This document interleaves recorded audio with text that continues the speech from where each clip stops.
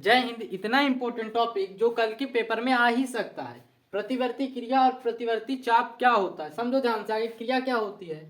क्रिया हमारे पास तीन प्रकार की होती है। एक हमारी इच्छा से जिसको प्रमस्तिष्क चलाता है उसको हम कहते हैं ऐच्छिक क्रिया। एक अपने आप होती है जिसको मध्य मस्तिष्क के द्वारा नियंत्रित किया जाता है, जिसको हम अनैच्छिक क्रियाएं कहते हैं। ये हमारे नियंत्रण में नहीं होती। सांस लेना हो गया, ये सब बात क्लियर है। हाँ।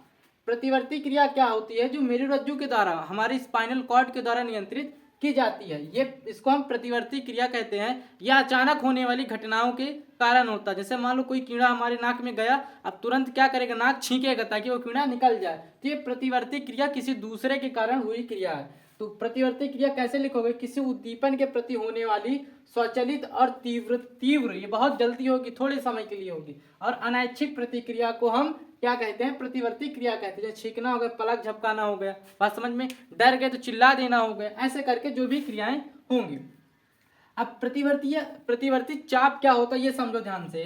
जो प्रतिवर्ती क्रिया होती है इसके होने का जो रास्ता है, पूरा का पूरा एक सिस्टम है, उसको हम कहते हैं प्रतिवर्ती चाप। तो उस तंत्रिका का मार्ग को कहते हैं जिससे होकर प्रतिवर्ती क्रिया के संकेत गुजरते हैं। क्लियर बात है, यही होता है प्रतिवर्ती चाप।